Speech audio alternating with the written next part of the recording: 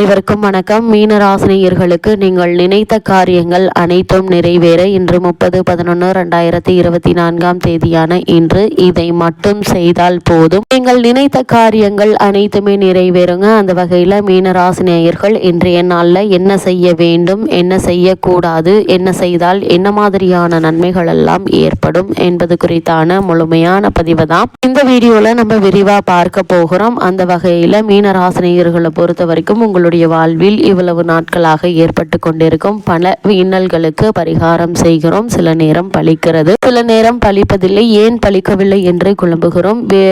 இதனால் பரிகாரம் முடிவில்லாமல் தொடர்ந்தாலும் பிரச்சனைக்கு முடிவு கிடைக்காமல் தடுமாறி கொண்டிருக்கிறோம். இதற்கு என்ன காரணம் என்று பார்க்கும்போது முதலில் ஒரு பரிகாரம் எப்படி செயல்படுகிறது என்பதை பார்க்க வேண்டும். அது மனோபலத்தையும் உடல் பலத்தையும் கூட்டுகிறது, புத்தியை தெளிவாக்குகிறது, அதனால் சக்தி கூடுகிறது, முறையாகவும் சிறப்பாகவும் செயல்களை செய்யும் ஆற்றலை தருகிறது, ஆத்ம பலத்தையும் அதிகரித்து எந்த பிரச்சனை வந்தாலும் சமாளித்துக் கொள்ளும் மனப்பான்மையை தருகிறது. இந்த பரிகாரம் நமக்கு தோஷத்தை நீக்கி நன்மையை தருகிறது என்ற உணர்வை உண்டாக்குகிறது. அதனால் தான் பரிகாரத்தை சொல்லும் போது அழுத்தமாக சொல்வார்கள், நம்பிக்கையோடு செய்யுங்கள், நிச்சயம் நன்மை கிடைக்கும் என்பார்கள். பரிகாரம் செய்வதில் நம்பிக்கை இருக்க வேண்டும், அவநம்பிக்கை இருக்கக்கூடாது. செய்யும் நாளும் மிக மிக முக்கியம் என்பார்கள். அந்த வகையில் பெரும்பாலான பரிகாரங்கள் அமாவாசை தினங்களில் செய்ய சொல்கிறார்கள். இதற்கு பிரத்யேகமான காரணமும் இருக்கிறது. நான் சொன்னேன், அமாவாசை என்பது அற்புதமான ஒரு நாள். உண்மையில் ஒரு செயலில் வெற்றிக்கு அடித்தளமாக அமைகின்ற அந்த நாளில்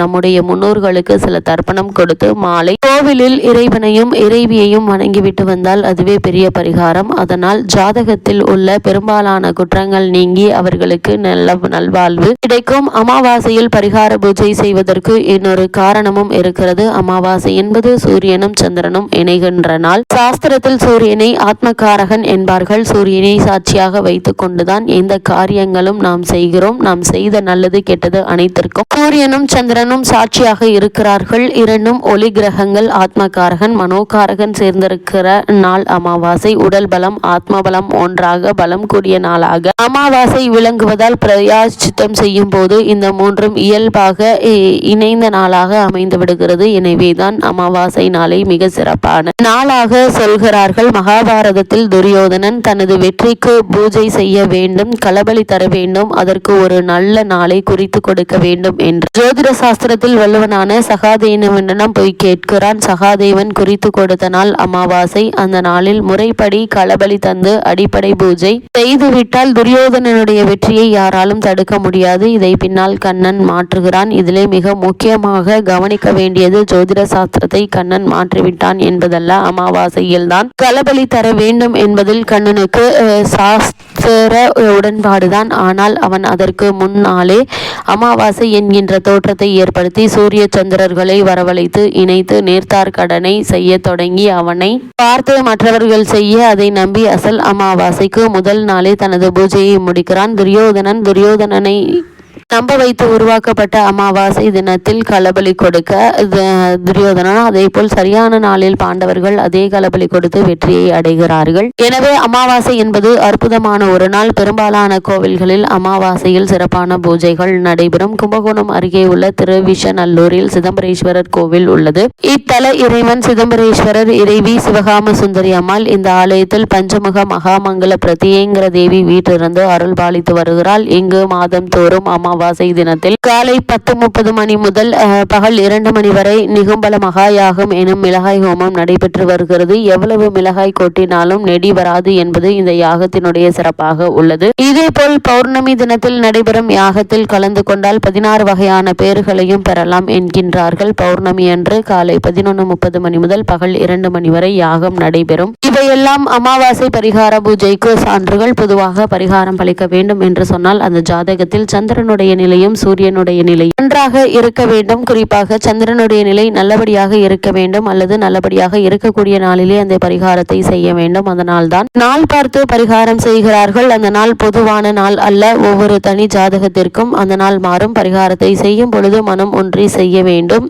மனதில் உறுதியும் நம்பிக்கையும் வேண்டும். குறிப்பிட்ட ஒரு பிரச்சனையிலிருந்து மீண்டு வர வேண்டும் என்று மனம் உறுதி எடுத்துக் கொள்ள வேண்டும். அதனால் தான் முறையாக பரிகாரம் செய்பவர்கள் வேத மந்திரங்கள் சொல்லி சங்கல்பம் செய்கிறார்கள். நேயர்கள் நாம் சங்கல்பம் செய்யும் போது கவனமில்லாமல் இருக்கிறோம். இந்த காரியத்திற்காக இதை நான் உறுதியோடு செய்கிறேன் என்று அந்த சங்கல்ப மந்திரத்தில் வரும். அதனால் தான் உங்களுடைய பரிகாரம் சொல்லுகின்ற பொழுது அந்த கோவிலுக்கு சென்று பெயர் ராசி நட்சத்திரம் சொல்லி சங்கல்பம் செய்து பரிகாரம் செய்யுங்கள் என்று சொல்கிறார்கள். பரிகாரத்திற்குரிய நாளாக சந்திரனும் சூரியனும் சேர்ந்திருக்கக்கூடிய அமாவாசை நாளையோ சூரியனும் சந்திரனும் ஒருவருக்கொருவர் எதிராக இருக்கக்கூடிய பௌர்ணமி நாளையோ தேர்ந்தெடுக்கிறார்கள். அதில் குறிப்பாக சூரியனும் சந்திரனும் சேர்ந்திருக்கின்ற போது சந்திரன் ஒளி இழந்த நிலை என்று கருதிவிடக்கூடாது. நமக்குத்தான் அவர் மறைந்திருக்கின்றார். ஆனால் அவர் எந்த ஒளியிடமிருந்து தனக்குரிய ஒளியை பெறுகிறாரோ அந்த சூரியனோடு அவருக்கான நெருக்கம் அதிகரிக்கின்ற நாள் அமாவாசை என்பதை மறந்துவிடக்கூடாது. பெரும்பாலான கிரக தோஷங்களுக்கு தெய்வ குற்றங்களை விட தென்புலத்தார் குற்றம், அதாவது பிதிர் குற்றம் தான் மிக தீவிரமாக இருக்கும் என்பதால் தான் பெரும்பாலானோர் அமாவாசை என்று தர்ப்பணம் செய்ய சொல்கிறார்கள். காரணம், பிதிர் குற்றத்தை நீக்கி அவர்களுடைய ஆசீர்வாதத்தை பெறுகின்ற நாளாக அமாவாசை விளங்குகிறது. இந்த ஆசீர்வாதம் கிரக தோஷங்களுக்கு எதிராக செயல்பட்டு நன்மையை செய்யும். அந்த வகையில் மீன ராசினேயர்களுக்கு இன்றைய நாளில் என்ன மாதிரியான நன்மைகள் எல்லாம் உங்களுடைய வாழ்வில் ஏற்பட இருக்கு பார்க்கும்போது உங்களுடைய ராசிக்கு 7க்குரிய புதன் பாக்கியஸ்தானத்திலிருந்து குருவால் பார்க்கப்படுகிறார். அதனால் புதனுடைய ஆற்றல் அதிகரிக்க இருக்குதுங்க. இதனால் அரசாங்க காரியங்கள்ல ஏற்பட்டு வந்த இழுபறி நிலை நீங்கி நல்ல ஒரு முன்னேற்றம் ஏற்பட இருக்குது. சூரியனுடைய தீய விளைவுகள் குறையுங்க. குருவினுடைய பார்வை லாபஸ்தானத்தில் படிவதால் பண வரவுகள்ல பிரச்சனைகள் என்பது இருக்காது. ஏதாவது ஒரு வகையில் உங்களுக்கு வருமானம் என்பது இருந்து கொண்டே இருக்குங்க. கடன் வாங்க வேண்டிய அவசியம் இருக்காதுங்க. இருந்தாலும் அதில் உங்களுடைய கவனம் அதிகமாக இருக்க வேண்டுங்க. எதற்காக கடன் வாங்குகிறோம் என்பதை யோசித்து நிதானி சிந்தித்து செயலாற்றுவது மிக மிக நல்லது என்பதை கிரக நிலைகள் அறிவுறுத்துதுங்க. குருவினுடைய பார்வை சப்தமஸ்தானத்தில் விழுவதால் குடும்ப பிரச்சனைகளும் கணவன் மனைவி உறவுகளும் ஓரளவு சீராக இருக்கக்கூடிய ஒரு தருணமாக தான் இத்தருணம் அமைஞ்சிருக்குது. பிரச்சனைகள் ஏற்பட்டாலும் உடனுக்குடன் தீர்வுகளும் ஏற்படுங்க. அதற்கு புதன்